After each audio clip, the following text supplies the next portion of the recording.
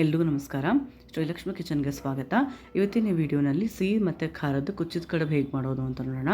ಮೊದಲು ಒಂದು ಪಾತ್ರೆ ಇಟ್ಕೊಂಡಿದ್ದೀನಿ. ಅದಕ್ಕೆ 1 ಲೋಟ ಆಗೋಷ್ಟು ನೀರನ್ನು ಹಾಕ್ಕೊಂಡಿದ್ದೀನಿ. ನೀರು ಹಾಕ್ಕೊಂಡು ಚೆನ್ನಾಗಿ ಕುದೀತಾ ಇರಬೇಕಾದ್ರೆ 1 ಚಮಚ ಆಗೋಷ್ಟು ಎಣ್ಣೆ ಹಾಕೋತಾ ಇದ್ದೀನಿ.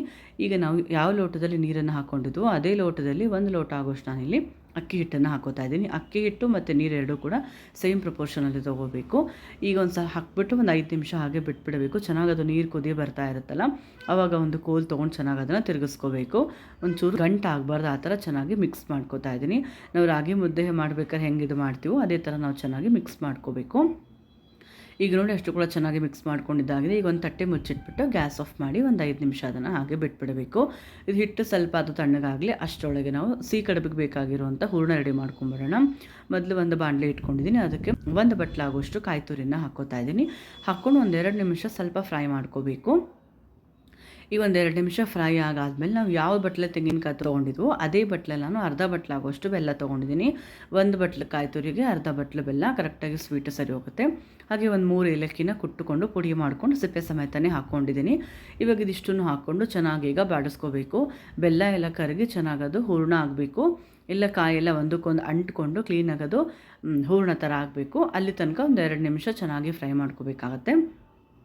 ಈಗ ನೋಡ್ತಾ ಇರ್ಬೋದು ಬೆಲ್ಲ ಎಲ್ಲ ಚೆನ್ನಾಗಿ ಕರಗಿದೆ. ಈಗ ಒಂದು ಸ್ವಲ್ಪ ಆಗ್ತಾ ಇದೆ. ಈಗ ಅದೇ ಥರ ಇನ್ನೊಂದು ಸ್ವಲ್ಪ ಫ್ರೈ ಮಾಡ್ಕೋಬೇಕು. ಒಂದು 10 ನಿಮಿಷ ಅಂತೂ ಬೇಕಾಗುತ್ತೆ. ಈಗ ನೋಡ್ತಾ ಇರ್ಬೋದು ಹೂರಣ ರೆಡಿ ಆಯಿತು. ಈಗ ಖಾರದ ಕಡುಬಿಗೆ ಬೇಕಾಗಿರುವಂಥ ಸ್ಟಫಿಂಗ್ ರೆಡಿ ಮಾಡ್ಕೊಳ್ಳೋಣ. ಒಂದು ಜಾರ್ ತೊಗೊಂಡಿದ್ದೀನಿ. ಅದಕ್ಕೆ ಒಂದು 8-10 ಹಸಿಮೆಣಸಿನ್ಕಾಯಿ, ಜೊತೆ 1 ಇಂಚ್ ಆಗೋಷ್ಟು ಶುಂಠಿ, ಒಂದು ಅರ್ಧ ಚಮಚ ಆಗೋಷ್ಟು ಇಂಗು, ಇದಿಷ್ಟನ್ನು ಹಾಕ್ಕೊಂಡು ತರ್ತರಿಯಾಗಿ ಅದನ್ನು ರುಬ್ಕೋಬೇಕು. ನೀರು ಹಾಕ್ಕೋಬಾರ್ದು, ಹಾಗೆ ಅದನ್ನು ರುಬ್ಕೋಬೇಕು. ಈಗ ಇದರಲ್ಲಿ ಒಂದು ಅರ್ಧ ಲೋಟ ಆಗೋಷ್ಟು ನಾನು ಕಡಲೆಬೇಳೆ ಹಾಗೆ ಅರ್ಧ ಲೋಟ ಆಗೋಷ್ಟು ತೊಗರಿಬೇಳೆನ ಒಂದು 5 ಅವರ್ಸ್ ನೆನೆಸ್ಕೊಂಡು ಇಟ್ಕೊಂಡಿದ್ದೆ. ಅದನ್ನು ಈಗ ಹಾಕ್ಕೋತಾ ಇದ್ದೀನಿ. ಸ್ವಲ್ಪನೇ ಅಷ್ಟು ಹಾಕ್ಕೊಂಡು ನಾವು ತರ್ತರಿಯಾಗಿ ಅದನ್ನು ಸೇರಿಸ್ಕೊಂಡೆಲ್ಲ ರುಬ್ಕೋಬೇಕಾಗತ್ತೆ. ಈಗ ನೋಡ್ತಾ ಇರ್ಬೋದು ಸ್ವಲ್ಪನೇ ಅಷ್ಟು ಬೇಳೆಗಳನ್ನು ಹಾಕೋತಾ ಇದ್ದೀನಿ.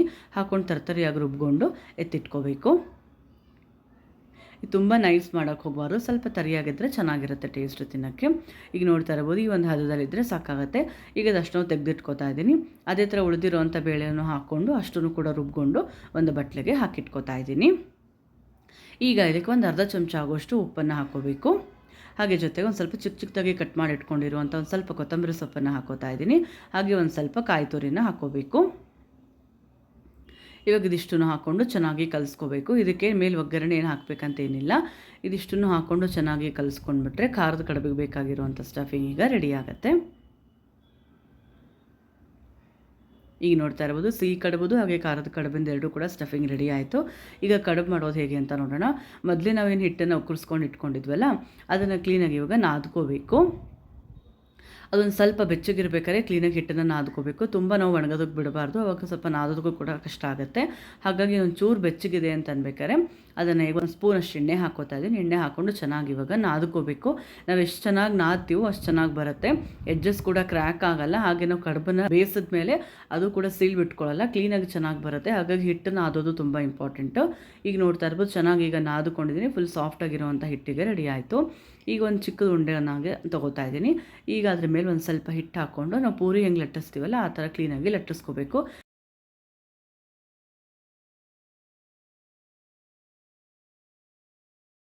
ಈಗ ನೋಡ್ತಾ ಇರ್ಬೋದು ಕ್ಲೀನಾಗಿ ಒಂದು ಚಿಕ್ಕ ಉಂಡೆ ತೊಗೊಂಡು ಲಟ್ಟಿಸ್ಕೊತಾ ಇದ್ದೀನಿ. ನಮ್ಗೆ ಎಷ್ಟು ಸೈಜ್ ಬೇಕೋ ದೊಡ್ಡ ಸೈಜಿಗೆ ನೋಡಿಕೊಂಡು ಲಟ್ಟಿಸ್ಕೋಬೇಕು. ಈಗ ನೋಡಿ ಇಷ್ಟು ಒಂದು ತೆಳ್ಳಗಿದ್ರೆ ಸಾಕಾಗುತ್ತೆ, ತುಂಬ ಜಾಸ್ತಿ ದಪ್ಪ ಮಾಡೋಕ್ಕೆ ಹೋಗಬಾರ್ದು. ಈಗ ಇದಕ್ಕೆ ಸಿಹಿ ಕಡುಬಿಂದು ಸ್ಟಫಿಂಗನ್ನು ಹಾಕ್ತಾಯಿದ್ದೀನಿ, ಇಟ್ಕೋತಾ ಇದ್ದೀನಿ. ಈಗ ನೋಡಿ ಆರಿದ್ಮೇಲೆ ಈ ಥರ ಗಟ್ಟಿಯಾಗಿ ಚೆನ್ನಾಗಾಗುತ್ತೆ. ಕ್ಲೀನಾಗೆಲ್ಲ ಬೆಲ್ಲ ಕಾಯಿ ಎಲ್ಲ ಒಂದಕ್ಕೊಂದು ಹೊಂದ್ಕೊಂಡು ಸ್ವಲ್ಪ ಅದು ಗಟ್ಟಿಯಾಗಿ ಆಗುತ್ತೆ ಹೂರಣ. ಆವಾಗ ತುಂಬ ಚೆನ್ನಾಗಿರುತ್ತೆ ಟೇಸ್ಟು. ಇಲ್ಲಿ ತನಕ ಆಗೋ ತನಕ ಸ್ವಲ್ಪ ಅದನ್ನು ಚೆನ್ನಾಗಿ ಫ್ರೈ ಮಾಡ್ಕೋಬೇಕಾಗತ್ತೆ. ಈಗ ನೋಡಿ ಹೂರಣ ಇಟ್ಕೊಂಡಿದ್ದೀನಿ. ಈಗ 2 ಕಡೆ ಮಡಿಸ್ಕೋತಾ ಇದ್ದೀನಿ. ಅಥವಾ ಇದ್ರ ಬದಲು ನೀವು ಕಡುಬುದು ಮೌಲ್ಡ್ ಬರುತ್ತಲ್ಲ ಅದರಲ್ಲೂ ಕೂಡ ನೀವು ಹಾಕ್ಕೊಂಡು ಮಾಡ್ಕೋಬೋದು. ಇಲ್ಲಾಂದರೆ ಸಿಂಪಲಾಗಿ ಈ ಥರ ಕೂಡ ಮಾಡ್ಕೋಬೋದು.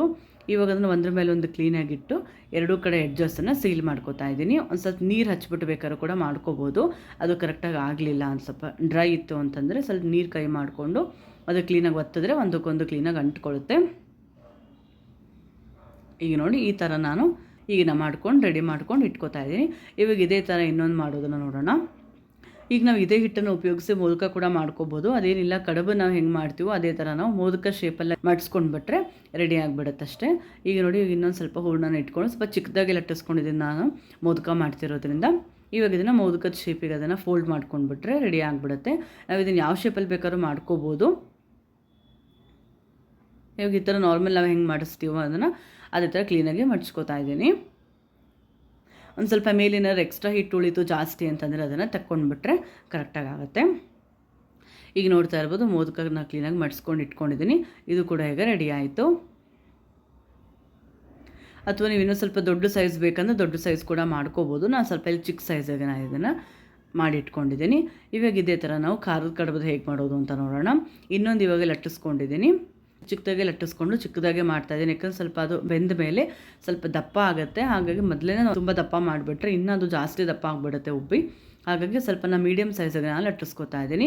ಇದನ್ನು ಕೂಡ ಒಳಗಡೆ ಸ್ಟಫಿಂಗ್ನ ಇಟ್ಬಿಟ್ಟು ಕ್ಲೀನಾಗಿ ಎರಡು ಕಡೆ ಸೀಲ್ ಮಾಡ್ಕೋತಾ ಇದ್ದೀನಿ.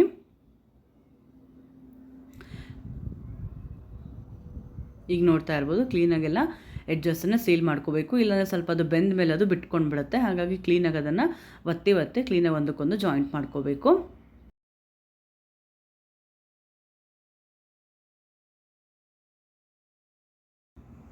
ಈಗ ನೋಡಿ, ಒಂದು ಸ್ಟೀಮ್ ಮಾಡೋದನ್ನು ಒಂದು ಪ್ಲೇಟ್ ತೊಗೊಂಡಿದ್ದೀನಿ. ಅದ್ಮೇಲೆ ಚೆನ್ನಾಗಿ ಸ್ವಲ್ಪ ಎಣ್ಣೆ ಹಚ್ಕೋಬೇಕು.